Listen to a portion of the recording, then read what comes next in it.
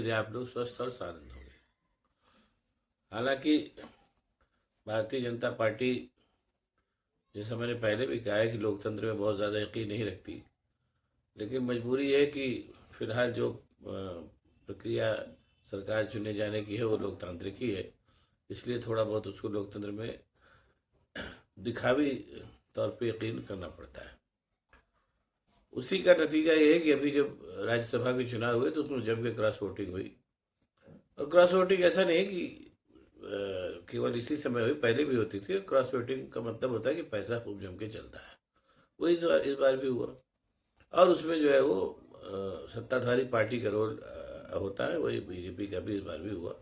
और cross voting के जरिए राज्यसभा की कुछ सीटें हथियाई गई, भाजपा ने। एक तो ये तो खैर एक प्रसंग है, इसलिए बता रहा है, क्योंकि इस समय ये सब चीज़ें चल रही इसलिए बता रहा हूँ।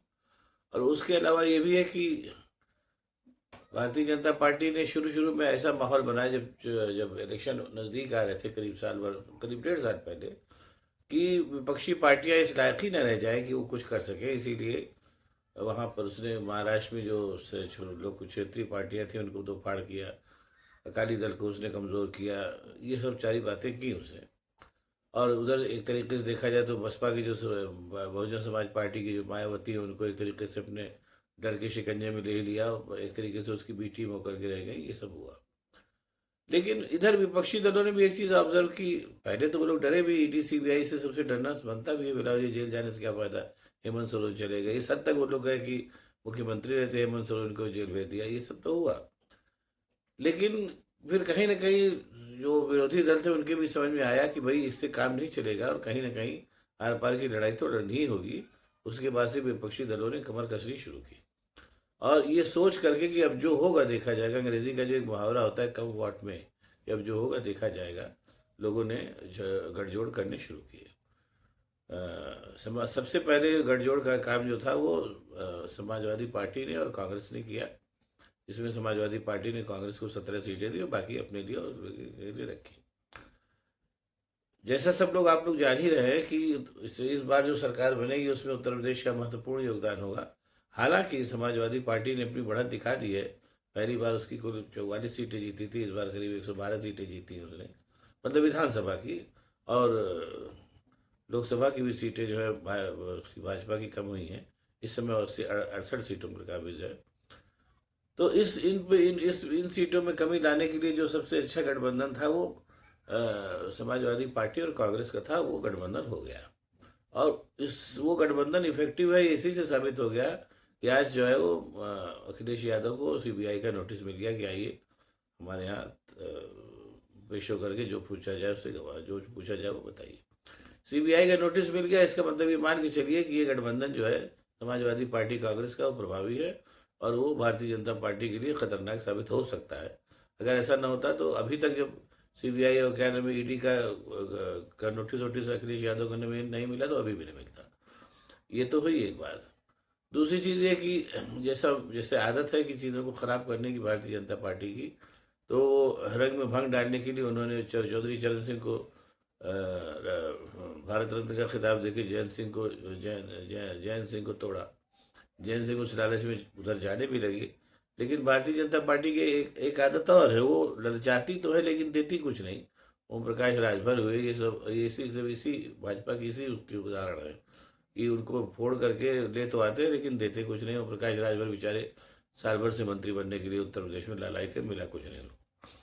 वही हाल जैन सिंह का भी होते, जब जैन सिंह ने देखा तो अब सुनाई पड़ रहा है कि वो वापस जो है वो लौटना चाहते हैं। देखिए, और कहीं ना कहीं जैन सिंह के बारे में थोड़े बहुत सर्वे वर्वे हुए उसमें भी हो रहा है कि जैन सिंह अगर भाजपा में जाते हैं तो उनको बहुत ज़्यादा वोट मिलने की आशंका नहीं है, ऐसा बताया जा रहा है।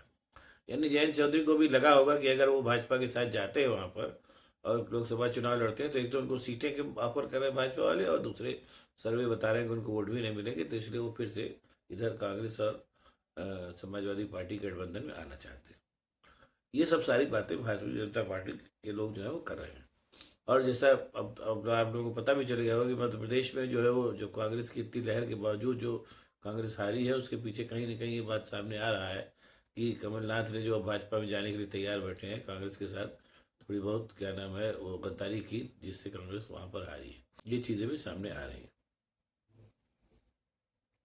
लेकिन ये बात बिल्कुल अब एकदम एकदम से सामने होके आ गई है कि विरोधी पार्टियां जो हैं अब एकदम आर पार की लड़ाई के मूड में आकर के और एकदम कायदे से लड़ने पे आमादा हो गई हैं। अरविंद केजरीवाल ने भी समझौता कर लिया है राहुल गांधी के साथ, कांग्रेस के साथ, और दिल्ली की सीटों पर भी समझौता हो गया है, सीटों का बंटवारा शुरू हो गया है। उधर ममता बनर्जी ने भी कहा कि आप आइए, हम 5 सीटें आपको देंगे। इस प्रकार से जो अभी और वो जो गठबंधन है, गठबंधन को लेकर के भी आगे भी काम चल रहा है। महाराष्ट्र में भी जो है वो कांग्रेस के साथ जो है जो जो शिवसेना का जो टूटा धड़ा है, और जो राकांपा का टूटा धड़ा, उसका साथ गठबंधन हो रहा है। और जैसी सूचनाएं मिल रही हैं कि महाराष्ट्र में भी जो शिवसेना का जो टूटा धड़ा है, उद्धव ठाकरे कह उसके सबको उसको बहुत ज़बरदस्त जन समर्थन प्राप्त है। ये सब सारी बातें हैं। तो कुल मिलाकर के जो सिनेरियो आ रहा है वो ये है कि विरोधी पक्ष जो है ना, अब सब कुछ भूल करके और सारी चीज़ों से डरने की बात छोड़ करके अब गठबंधन में आ रहे हैं, और लड़ने के लिए उन्होंने कमर कस ली है। और दूसरी चीज़, भाजपा का जो विस्तार है वो भी धीरे धीरे लगातार कम होता जा रहा है। अब लग है कि उनके पास जो है कुल मिलाकर के एक उत्तर प्रदेश से थोड़ी बहुत आस बची है। और वो आस भी जो है, अगर समाजवादी पार्टी और कांग्रेस, और अगर मान लीजिए जयंत चौधरी भी आ जाते हैं, तो ये गठबंधन जो है सांकेतिक चोट देगा भारतीय जनता पार्टी को यूपी में, इतना तय जानिए। उसके चलते जो है कुल मिला के भारतीय जनता पार्टी की हालत खराब ही होती दिख रही है। देखिए तीसरी बार सरकार बनती है या नहीं, ये तो 3 महीने बाद पता चल ही जाएगा। अब आपको अगर हमारा वीडियो पसंद आया तो इसको शेयर करिए, लाइक करिए, साथ ही साथ मेरे चैनल को सब्सक्राइब करिए। देखिए क्या होता है। बहुत बहुत शुक्रिया, नमस्कार।